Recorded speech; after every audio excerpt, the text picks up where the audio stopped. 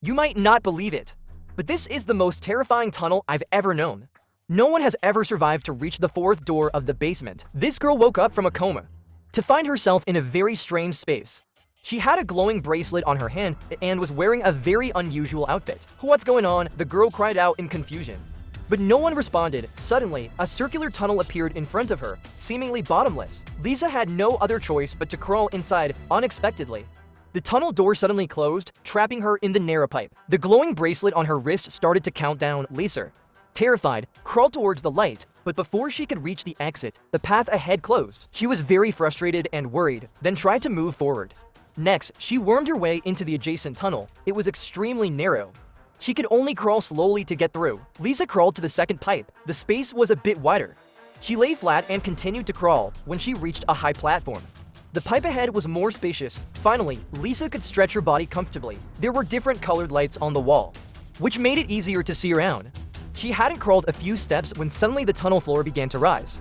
The space was getting narrower. If she couldn't get out, she would be crushed. Lisa used all her strength to crawl forward. Seeing the ceiling about to press against her buttocks, she tried to crawl out. Then Lisa fell into the next pipe. The space became narrow again. The number on the bracelet had changed. It seemed to symbolize the start of a new challenge. She lay flat and continued to move forward. But the scene ahead was horrifying. A crushed corpse lay in the pipe, also with a glowing bracelet on its hand. Clearly, this person did not pass the stage. The stench in the narrow space made Lisa want to pass the corpse quickly. She tried to suppress her nausea, pushed the rotten corpse aside, and continued to crawl while holding her breath. The countdown clock on her wrist was still running. Lisa tensely crawled forward. Unexpectedly, a metal railing appeared in front, blocking Lisa's path. The bracelet showed only 55 seconds left. At this moment, 2 rows of nozzles appeared on the top of the pipe. These small metal tubes began to blow hot air. In a crisis, a small room appeared on the side of the pipe. Lisa quickly backed up and crawled into the small room. A glass door closed tightly, isolating Lisa from the outside. At this time, the number on the bracelet had reached 0. The pipe was immediately surrounded by fire. Luckily, she had escaped into the room in time and escaped death. After the nozzles completed their task, they retracted. The small room returned to normal and pushed Lisa back into the pipe. At this point, the space began to shrink again, squeezing her. The pipe was as narrow as it could be. If the girl's head was a bit bigger, she might have become the second corpse here. Lisa was desperate. She had no time to think. The countdown clock on her wrist began to ring coldly. Lisa adjusted her emotions, using her hands and feet to move. She struggled to move her body. Her hand accidentally touched a stream of icy water. There was a pool of water ahead.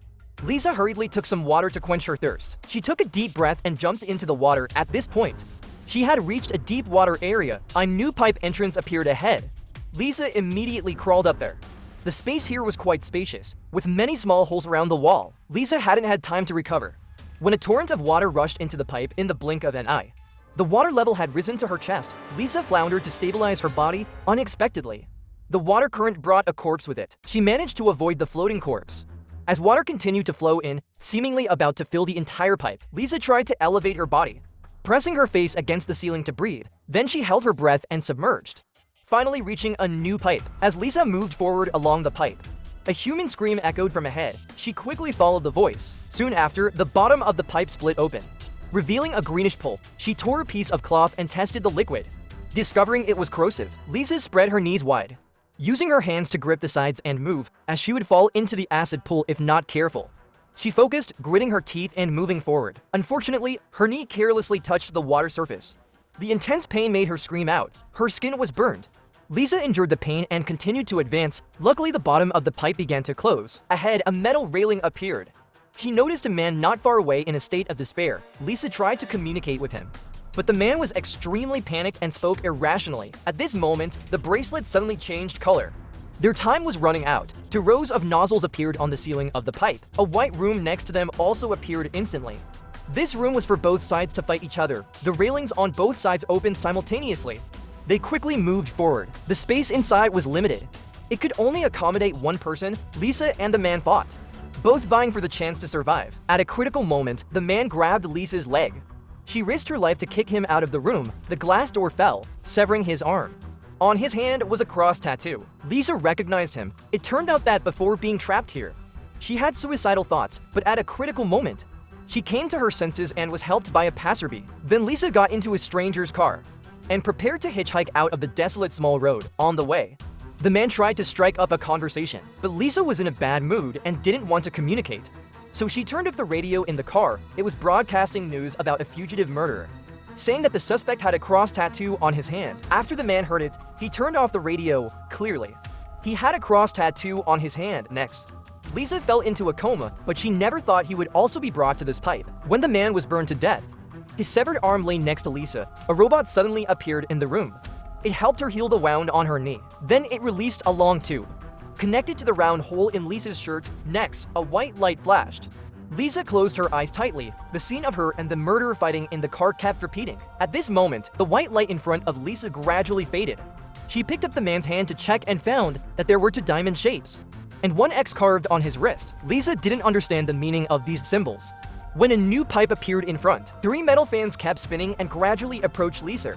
The fan shredded the man's severed arm, overcame the obstacle, and slid towards her. Lisa quickly backed up.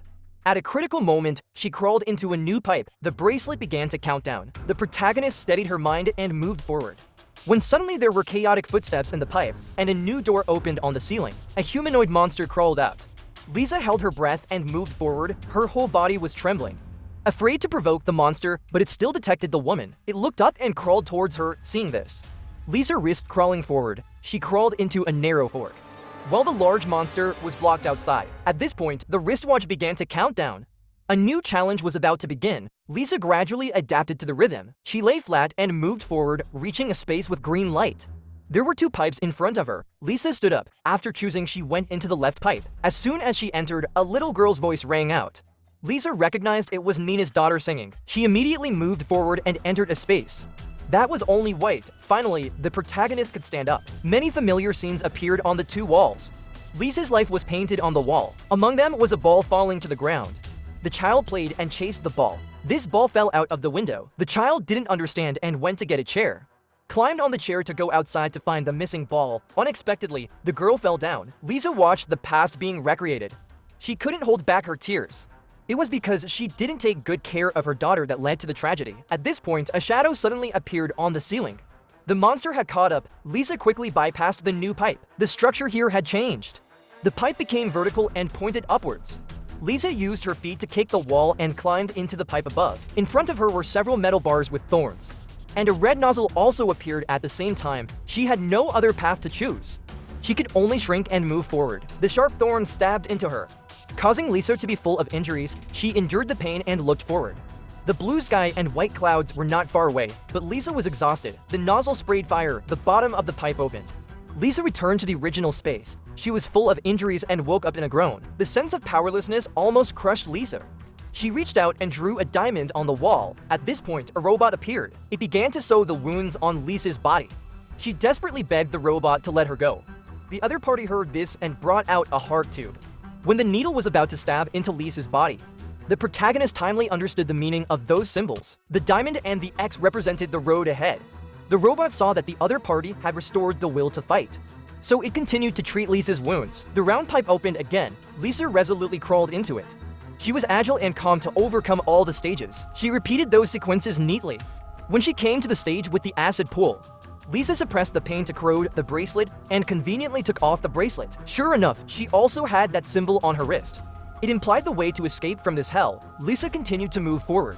She came to the place where 2 doors appeared again. This time, she crawled into the right pipe. Lisa followed the instructions of the symbols on her hand. To deal with the constantly appearing forks, she met a humanoid monster again in a pipe. She quickly crawled forward. The 2 of them came to a moving pipe. They constantly changed positions inside. After Lisa crawled out, she threw the glowing bracelet into the adjacent pipe. The humanoid monster followed the bracelet, while Lisa hid in another pipe. She crossed the pipe and saw a place emitting red light. Not far away, Lisa moved forward, tore the red mucus membrane, and crawled inside. She arrived at a soft room, with constant movement of shadows outside. Another head approached Lisa through the membrane. The protagonist was not afraid. She touched the other party and it felt very stable in her heart. She followed the shadow and crawled into another membrane. The monster was sleeping not far away. On the ground was Lisa's previous bracelet. The protagonist carefully picked up the bracelet. Unexpectedly, the countdown clock suddenly rang. After the monster woke up, it quickly crawled towards Lisa. Lisa hurriedly crawled forward. Unexpectedly, she was caught by the monster.